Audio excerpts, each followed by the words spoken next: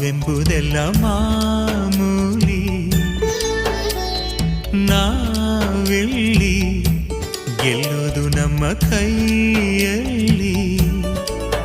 ಸಿಹಿ ಕನಸುಗಳು ಬರಲಿ ಎಂದು ಲಾಲಿ ಹಾಡುವೆ, ಈ ಬಡವ ಕೊಟ್ಟ ಕೈಯ ತುತ್ತು ಮರೆಯಬೇಡವೇ. ಸಿಹಿ ಕನಸುಗಳು ಬರಲಿ ಎಂದು ಲಾಲಿ ಹಾಡುವೆ, ಈ ಬಡವ ಕೊಟ್ಟ ಕೈಯ ತುತ್ತು ಮರೆಯಬೇಡವೇ. ಲಾಭ